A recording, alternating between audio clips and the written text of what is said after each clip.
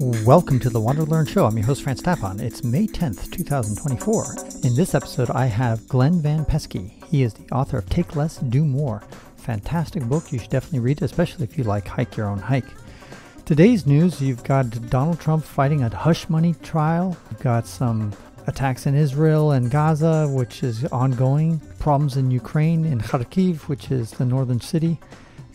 That Russia is trying to make an incursion in Ukraine. Got all sorts of bad news, and that is something you might want to keep in mind when you listen to this particular segment with Glen Van Peski, where we talk about reframing and recalibrating your life. A lot of times we have a tendency to feel sorry for ourselves, to be disappointed, angry, or upset that things are just not going our way. Well, occasionally it helps to stop and think about what other people are going through.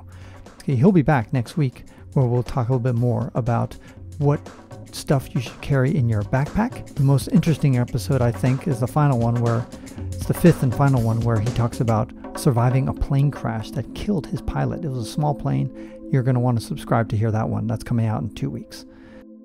We're back with Glen Van Peski, and now I want you to tell me a little bit about this guy who lost his job in India and then went to India to find out the guy who stole his job. Spurlock, that's who it was. And so they paid to take him over to meet the Indian guy that had taken his job, supposedly. And it was super interesting. I mean, it's a guy from, middle of the country, Iowa or something like that. And he finds himself in India, and they're down dirt roads, and he ends up in, what most of us would probably consider a shack.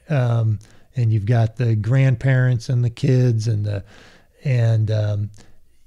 they were super gracious hosts and welcomed him into their, and it was interesting, he was a little, not happy and standoffish, but I mean, they welcomed him in and treated him like one of the family. And I just remember like the closing interview, and he's back in Iowa or wherever it was. And he says, oh my gosh, he says, they are doing so much. It's like, I was using my job to buy new fishing rods and things like that. I mean, they're supporting probably a family of 10 on that job. He says, I'm glad they have it. He says, I'll find something else to do.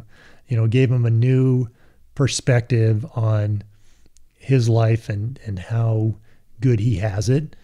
And he was able to feel joy for them having, quote, his job. So I thought that was a very cool episode. Yeah, and also about hoarding wealth. We look at billionaires, how they're hoarding their wealth, and there's people, I remember the Occupy Wall Street movement talked about the top 1%. And I remember one commentator says, most of the people who are protesting the top 1%, they're in the top 1% themselves in the world level.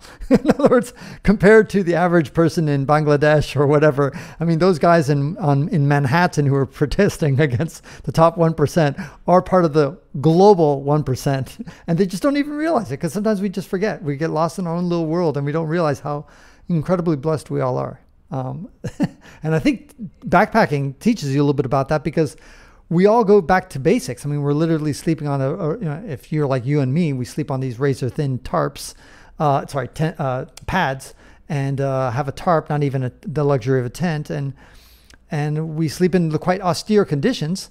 And it reminds us like how good we have it, because this is how 99.9% of human existence was before us. And even today, there's large portions of the world that are living a life that is not that much different. Yep. And probably a lot harder than a lot of people do car camping. I mean, without a lot of the conveniences. I'm in Côte d'Ivoire right now, and there's about 90% humidity. Temperatures are about 35 degrees Celsius, which is, like in the 90s. Incredible humidity, nonstop. And there's people who don't even have a fan, and no electricity, and they're in these incredible conditions. But I think that's the beauty of backpacking, right? Is that we kind of, it's a way to, like, I think, remind yourself to be grateful. Exactly. It kind of gets back to, it resets your appreciation, I think. Two things. One, it's, you're surviving things. You get out of, we're very good at controlling our environment here in the United States. We go from temperature controlled homes to temperature controlled cars to temperature controlled offices. And when you're out in the wilderness, it's like you don't control things anymore. You can plan for anticipated conditions, but it's the wilderness. It may be different than you think. And I think it's healthy for us to be in those uncontrolled things, because we have to rely on ourselves, whatever skills we've learned, whatever equipment we've brought to meet whatever challenges come up. And it resets our appreciation for the conveniences that we take for granted. It's nothing like sleeping on the ground for a week to get back and think, whoa, this mattress is a lot nicer than I remember. You appreciate it. And like a hot shower, I was like, yeah, of course we have hot showers. But after a month of no hot showers, like it's a different experience. There's a quote on page 100 of your book. We always look at what we don't have and seldom stop to inventory all the ways our lives have been touched by good fortune and grace. Kind of apropos, all the profits from the sales of the book are being donated. I'm making zero money from the book. But people complain about, hoarding of wealth and these billionaires. And there's certainly in today's world plenty of examples of that. And I heard a quote once that said, if you ask most people, like, what's too much money, like most people will kind of come up with a number that they think they could possibly one day make. And that's okay. And right. Anything more than that is too much money. That's so true.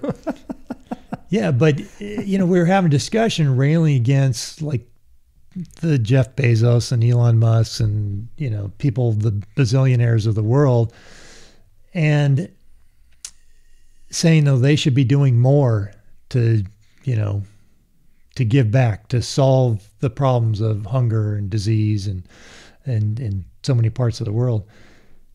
And, I guess I don't worry about what other people do with their money because I can't control that. But the one thing that I have to realize is that for probably 90% of the world, I'm effectively Jeff Bezos. Right. To someone living where you are right now, if they looked at my house and how I live, I'm like Jeff Bezos to them. I mean, they can't even comprehend the luxury of my existence. So I need to keep that in mind. And secondly, it's like, am I comfortable with what I'm doing? I'm not going to worry about what Jeff Bezos is doing because I can't control him.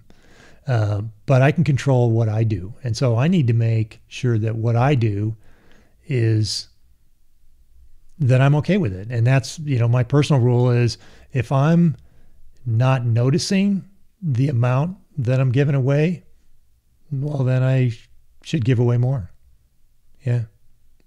And that ends this episode of the WanderLearn podcast, where we explore travel, technology, and transformation. If you'd like to see the show notes with links to what we've talked about, go to wanderlearn.com and click on this episode. If you'd like to connect with me, just remember Tapon. That's my first initial and my last name. Tapon is always my social media username. My website is ftapon.com. Do you want to leave me an anonymous voicemail where you can make a comment or ask a question? Then go to speakpipe.com/ftapon. Furthermore, if you'd like to get rewarded for supporting my projects, then go to patreon.com/ftapon. That's where you can pick up some remarkable rewards for as little as $2 a month. Now, 5 quick favors. Number 1, subscribe to the WanderLearn podcast. 2, download it. 3, share it. 4, review it. And 5, sign up for my newsletter at wanderlearn.com. Our theme music was composed by Eric Stratman. This is Francis Tapon, encouraging you to wander and learn.